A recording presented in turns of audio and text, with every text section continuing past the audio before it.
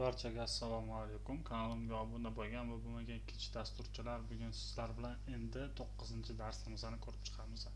Va bu 9-darsdan keyin siz bemalol o'zingizni REST API'laringizni tuzishingiz mumkin bo'ladi Sequelize yordamida. Albatta keyinchalik uni ozgina kuchaytirib ketaveramiz.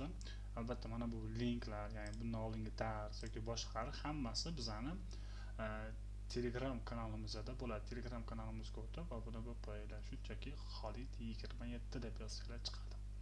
Endi 9-darsda bizda nima qiladi? Sequelize'da, ya'ni Sequelize Forum 9-da to'liq REST API yozish, get, post, put, delete'larni to'liq yozib chiqamiz. Maqsad foydalanuvchi user, ya'ni user uchun CRUD REST API yaratamiz. Get orqali, ya'ni get user ID orqali olib olish uchun post qilamiz. Bitta postimiz bor va userlar uchun post, ya'ni yangi user qo'shish uchun albatta put o'sha narsani update qilish uchun, delete bo'lsa uni o'chirib yuborish uchun barcha kontroller router orqali yozamiz. Bu bizning loyihaning strukturasi. Buni ko'rib chiqishingiz ham mumkin. Bunday bo'lsa boshladik. Ya'ni nimadan boshlaymiz? Bizda birinchi navbatda get user API. Keyin undan oldin biza mana shu qismini olib olaman. Men qolganini yo'l-yo'lakay tushuntirib o'tib ketaman. Albatta video qo'yapmiz YouTube'ga ham. Xo'p, bizda user controller turibmiz ekan. Qani ketdik. Nimalar qilamiz? Nima qilamiz? Qattan bilaman nima qilishingni deyishinglar mumkin. Undan keyin get try va undan keyin biz xatolarni tutib olish uchun esa catch'dan foydalanamiz. Ya'ni status special serverda xatolik degan message bilan qo'ydik. Nima qilamiz? Biza endi userni await orqali olamiz. Ya'ni bunda biza mana shu const user aytamiz barobar, ya'ni await userning nuqta find by pk deymiz va unga request nuqta params nuqta id beramiz. Ya'ni faqatgina idsi orqali olib olishini unga nima qilamiz? Ta'minlaymiz va shu yerda ham bitta qo'shimcha qilamiz. If agar bizda user mavjud bo'lmasa, nima qilishini ham unga nima qilishimiz kerak? Aytib qo'yishimiz kerak. Agar mabodo user mavjud bo'lmay qolsa, unga biz qanaqa restart, ya'ni bizcha requestdan status to'g'ri jo'natamiz va jisimga foydalanuvchi topilmadi degan ma'lumotni unga nima qilsak bo'ladi? Jo'natib yuborsak bo'ladi. Va mana shu holatda xohlasangiz return holati qilib qo'ysangiz ham bo'ladi. Buni ko'ramiz. Yaxshi. Va agar unday bo'lmaydigan bo'lsa, mana shu yerda ham bor. Unda qilaylik, mana shuni kodlarni mana bu holatda qilib olamiz. Bizga mana postman kerak bo'ldi mana. Tayyorlab oldim. Xo'p, mana biz ko'ramiz, mana xuddi shu joyga qildik va shunchaki userni qaytarib yuborsak bo'ldi ekan. Oxirgi ishimiz qoldi. Va agar unda bo'lsa, JSONga shunchaki userni qaytarib beradi. Bu holatni uncha yozish kerak emas. O'zi aslida ozgina upgrade'lar qilib dahshatliroq yozsak ham bo'ladi. No, hozircha bo'ladi. Chunki boshlang'ich o'rganayotgan odam bo'lsa, buni ko'rib ruhiyati tushib ketmasligi uchun albatta mana. Xo'p, biz buni yozib bo'ldik. Okay, biz tugatdik. Ya'ni get by user id orqali keyin buni ham yozib qo'ya qolamiz tepasiga. Comment sifatida, sababi bizani postimizni ko'rayotganda qiyinchilik bo'lmasligi uchun. Xo'p, bunda nima qilamiz? Post user, ya'ni bunda post qilish uchun. Xo'p, biz try catch'dan foydalanamiz xatolar ushlab olish uchun user email va email request body orqali va const user await userni create qilgan va shunchaki userning email bilan name bilan emailni jo'natib va requestga statusini 201 qilib turib status, ya'ni userni qaytarib yuboradi. Juda oddiy, to'g'rimi? Ya'ni mana shu qanday qilamiz? Biz export biz aytamiz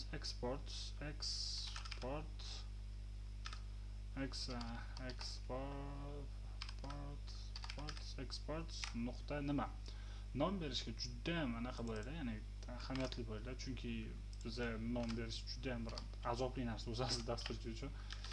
Nimadir deb qo'yishni bilmasdan ba'zi holatlarda nima deb ham yozib qo'yishimizga to'g'ri kelib qolishi mumkin. Sizlarda ham bo'lgan bo'lishi mumkin bo'ladi ko'pincha. Oddiy harflar bilan ham yozib qo'ygan joylarim bo'lgan. Shunchaki a b c qilib. Va shu console log, albatta log emas, bizda error bo'ladi va errorga yetishimiz kerak, ya'ni serverda xatolik deb turib virgul qo'yib biza shunchaki errorning messenjerini qaytarib yuboramiz. Tayyor. Va endi boshladik. Const biza userning name bilan shunchaki email ni request body orqali olamiz va olib olingan ma'lumotimizni shunchaki create qilib turib jo'natib qo'yishimiz kerak xolos. Bo'ldi, tayyor. Ya'ni misol user email olamiz, bo'ldi, tayyor. Hech qanaqa bir ortiq ishimiz yo'q.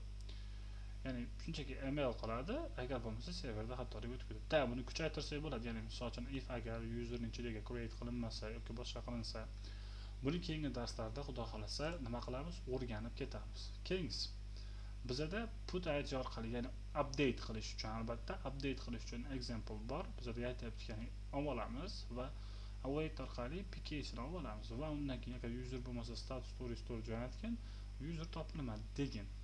Endi aks holatda bo'lsa, userning name'ini, user ichidagi name'ni teng qilib qo'ygan name'ga, userning emailni emailga teng qilib qo'y va shunchaki save qilib qo'y. Va returni qaytarib yuboradi. Juda ham oddiy va yana oddiy usulda qilamiz ekan. Keling, mana birinchi mana shuni olay. Qolgani kerak emas, chunki o'zimiz yozishimiz ham kerak. Bundan oldingi darsda o'zim hech qanaqa kod yozmasdan copy paste qilib tashladim. Ko'pchilik xafa bo'lgan bo'lishi ham mumkin, bilmadim. Endi bu video chiqib yozilayotgan payti ham anchanaqa kechroq yoziladi baribir. Mana shu holat bo'ladi va ketishda ishimizni boshlaymiz. Nima qilamiz? Shunchaki console log va biza console error va phrase o'rniga esa nima deymiz? Ya'ni serverda xatolik deb turib shuni qo'yib qo'yamiz. Tayyor. Va mana bu qismda esa xuddi shu const userning emailini olamiz va undan keyin esa buni pk's orqali chiqarishimiz kerak. Ya'ni const user thing await orqali userni find by pk qilgan va requestni olgan. Opa, bu o'z qilib berdi. Endi xafa bo'lish yo'q mana. Await va bitta status qo'yib qo'yishimiz ham mumkin. Status ya'ni 201. Ya'ni yangilanganligini bildirish maqsadida. Mana bu yerda ham xuddi shu bor. Adashmasam. Yo'q ekan, mayli, qo'yib beramiz. Ya'ni qanaqadir 203 bo'lamidi? Adashmasam shunaqa 203 yoki 201. Noma'lum shu. Esimda ham yo'q to'g'risi. Ozgina bu holat haqida ham bir qisqacha dars yapib chiqaman inshaalloh. Darslarimiz yo'q ekan bo'lsa bitta like izni bosib qo'ying, shepam tekinum. Undan keyin bo'lsa delete ham qo'yib qo'yamiz. Watch delete hamga poppiz va nihoyat endi delete qanday qilamiz? Просто tak shunchaki pk params qilib olamiz va destroy qilib turib uni o'chirib tashlasak bo'ladi va resursga, ya'ni foydalanuvchi o'chirilganligini xabarini beramiz. Juda ham oddiy. Tak ko'pchilikda bo'lishi mumkin. Nima uchun siz Codium yoki boshqa bir texnologiyalardan foydalanib kod yozasiz? Buni yozishdan maqsadim bor, ya'ni boshlang'ich dasturchi bo'lsangiz maslahat beraman, foydalanmaslikni. Agar tajribangiz bo'lsa, yozganingiz yaxshi. Nimaga? Tezroq kod yozsangiz u ta'minlab beradi. Faqat yozayotgan narsasini avval o'qib oling. Nima yozyapti bu? O'zidan o'zi bir nimalar qilib tashlamayaptimi? Yo'q. Shunisiga qarang. Agar bo'lmasa to'g'ri, ya'ni foydalanuvchi topilmadi. Agar bo'lsa destroy va to'g'ri status qo'yib send status qilib, ikki status qilib jo'natib yuborsak bo'ladi. Keling biz buni bundoq qilamiz. Send status qilmaymiz-da, biz unga status qilib turib 204 va JSONga, ya'ni JSON formatida foydalanuvchi o'chirildi degan message ham jo'natamiz. Mana. Bo'ldi, tayyor. Endi keyinchalik mana buni optimalroq yozishni ham ko'rsatib ketaman. Bo'ldi, tugadi. Delete ham tugadi. Xudo xolasa hech qanaqa ish qolmadi. Shunchaki o'chirib tashladi, bo'ldi. Kodlarimiz hammasi sinxron bo'ldi. Keyin routerlarga o'tamiz. Albatta routerlar bundan ham yaxshi bilasizlar, qanaqa ishlatishadi. Bitta routerlar prosta chaqirib turib hammasiga bitta-bittalar qo'yib chiqyapti, ya'ni foydalanuvchini qo'yib chiqyapti. Bu ham yaxshi usul orqali qilinadi. Tak, qanimizdan user router mana. Bitta-bitta chaqirib olsak ham bo'ladi. Ketdik. Nima qilamiz? Routerni post holatini chaqiramiz. Qaysi biridan boshlaymiz? Keling, mana buni yopaman.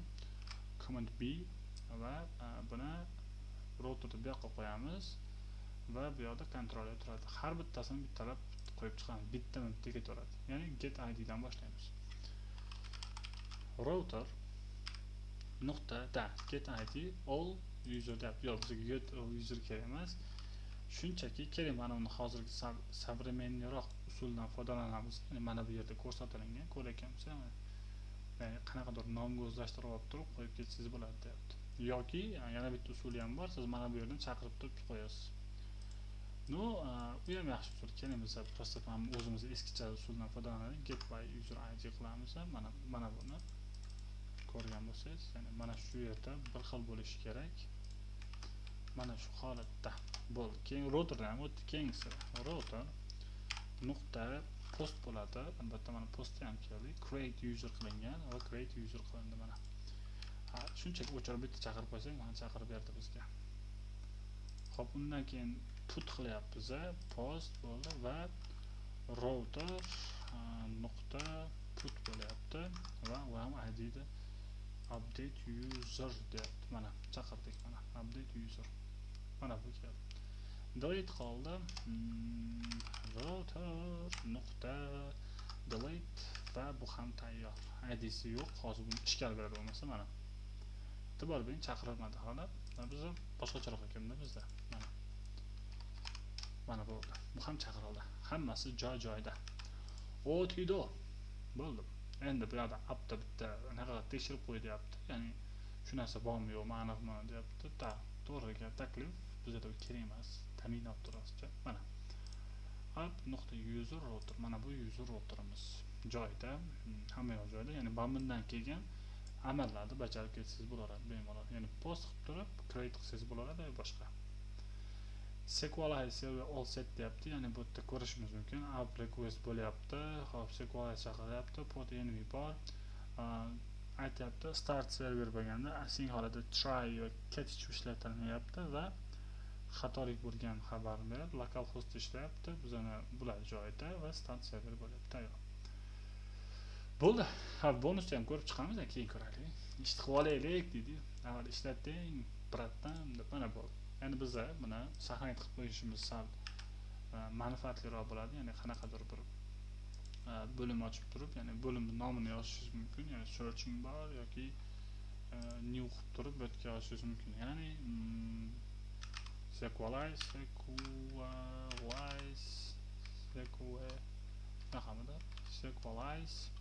deb qo'yamiz bo'ldi.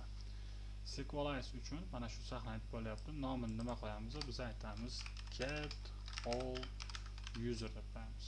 Users. Get all users. Save. Mana endi get all users tayyor. Mana shuni olaman. Bu yoqqa tashlaymiz. Get all usersdan endi ishni boshlaymiz. Nimadan boshlaymiz? Tak, buni bunday qilaylik mana. Nimadan boshlaymiz? Hop, biz bitta ko'rib chiqaramiz. Ya'ni user bo'lganda id all ishladi, bu checket bo'ldi. Buni bunday qilib turib biz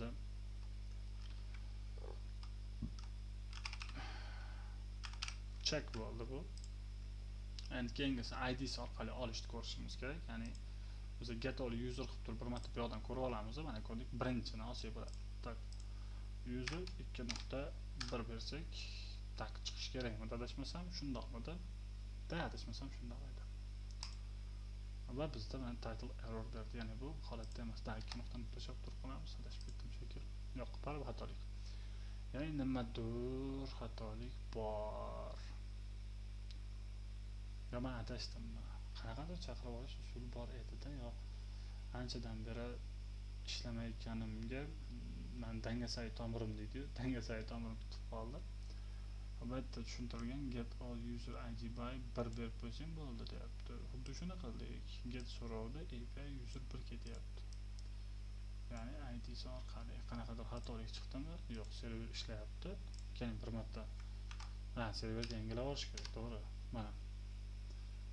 Hop, bizda 1 va endi bum, mana. Chunki men qilmaganim, men bitta yangilamagan, to'g'ri yozgan ekanman. Mana. Xolit, email create update bo'ldi, tayyor. Uje keldi bizning birinchisi. Bu ham checket qildik. Saqlanib qilamiz. Nima edi bu? Bizda mavzusi nima edi? Get user by id deb qo'yamiz. Mana bunday holatda. Get user by id turib chiroyli qilib saqlanib qilamiz. Mana bu ham bo'ldi. Endi uchinchisiga o'tamiz. Uchinchisi nima edi? hop bizada lokal host bir turibdi hozircha. Endi bizada keyingisi post qilish, ya'ni biza postda shunchaki slash orqali create qilib ketsang bo'ldi. Keling postni ham bir tekshiramiz. Post bizada kerak emas, shunchaki user holatda bodyga o'tamiz va bizada raw holati json formatda yozamiz. Nimalar bor? Name bor, name bor, username bor. User name bor va u misol uchun Ali bo'lsin. Email bor, bo'lsin, email bo'lsin va u esa Ali 123 yoki 1 sabatka gmail.com. Mana shu holatda qildik. Tayyor. Ko'ramiz post holatida va bitta set boom, ya'ni 4-user qo'shildi. Ali bo'ldi. Tayyor. Zo'r. Mo'shni dedi. Dahshat ishlayapti. Biza uje ikkita anaqamizni check qilib bo'ldik. Bitki uzra check qilib check. Undan keyin esa buni ham check qildik va oxirgisi put qoldi. Ya'ni put ham check qilishimiz kerak. Yani id orqali put qilish. Keling buni ham shunchaki save qilib qolamiz. Save qilishni yaxshi ko'raman. Nimaga to'g'ri ishlagandan keyin bizotini save qilish bu hammaga ham mazza bersa kerak. Bo'ldi, tayyor. Postdan tugat. Keyingisiga o'tamiz. Xuddi shu, ya'ni create qilib oldi. Tak localhost user 1 mana localhost 3000 API user 1. Tayyor. Xuddi shunga nima jo'natishimiz kerak? Put jo'natishimiz kerak. Put orqali nimalar bo'ladi? Ya'ni nimanidir o'zgartirilgan holatda albatta unga jo'natishimiz kerak bo'ladi. Body raw holati json formatida yozasiz va yozamiz, ketdik. Biza so'rov jo'natayotgan paytda e'tibor bering, mana bu yerda ham put aytib qo'ygan, ya'ni put API user va userni tanlashyapti. Ya'ni id orqali tanlab olamiz va o'zgartirilishini aytishimiz kerak. Xo'p, buni bunday qilib post yozgandik. Alida ichida bo'lsa, mana shuni olamanda, mana bu yerga prosta bunday qilib turib tashlayman mana. Ya'ni birda o'zgartirishga Ali 1 bo'ldi, buni 2 qilamiz. Sababi o'zgarishi mumkin. Alida, misol Ali o'rniga vali deb qo'yamiz va send bossak, boom mana. User vali undan keyin o'zgardi. Endi mana bu yerdan get o'qiladigan bo'lsak ham bizda hozircha bu turibdi. Mana bir xoli bu o'zgarishi kerak hozir. Yana bir marta send qilib olamiz buni. Mana valiga o'zgardi. Ko'rdinglar, postda hamma yoq o'zgardi. Ya'ni bu bitta odamni ma'lumotini o'zgartirish uchun. Albatta keyinchalik bittasini o'zgartirsa, keyingisiga обязательно emailni qo'yib yuborishni ham qo'yib chiqsak bo'ladi, do'stlar. Wow, mazza bo'lyapti darslar. O'zim ham mazza qilyapman sizlarga tushuntirib boru. Sizlardek sodiq obunachilarga tushuntirish qanday mazzaligini sizlar bilmaysizlar-da. Ikkichilar edi-yu. Qani check qilamiz. Undan keyin esa delete qilishimiz kerak. Ay dot delete aynani. Delete qanday qilamiz? Bosamiz. Har doimgidek localhost 1, ya'ni birda o'chirib yuboramiz endi. Nima kerak yo'q endi. Pro va bu yerda menimcha get kerak emas. Posta tak delete id'sini jo'natib qo'ysak bo'ldi. Boom. Qani yo'qqa chiqmadi. To'g'ri mana keldi o'zi 204 cannot contacted, ya'ni bu уже o'chirilganini bildiryapti. Message kelmadi xolos. Yaxshi. Send, уже qolmadi mana, o'chib ketdi. Zo'r. Dahshat, maza qildim. Tayyor. Xo'p, buni ham saqlanib qilib qo'yamiz. Уже delete qildik. Mana delete user bo'ldi. Albatta keyinchalik bu darslarni kuchaytiramiz, chunki delete bilan ishlash juda ham xato. Userni o'chirib yuborish bu вообще bo'lmagan narsa o'zi aslida. Mayli, hozircha o'rganishga bo'laveradi. Shu darsimiz, bugungi darsimiz asosan shu. Keyingi bonuslarimiz borda, ya'ni keyingi darslarda xudo xohlasa buni qilamiz. Request body orqali validationlar uchun keyingi darsda bo'ladi. Express validate qilamiz, qo'shamiz. Undan keyin xatoliklarni, error handlerlar bilan ishlashni ko'rib chiqamiz. Authentication post, put delete'lar uchun, ya'ni qanaqadir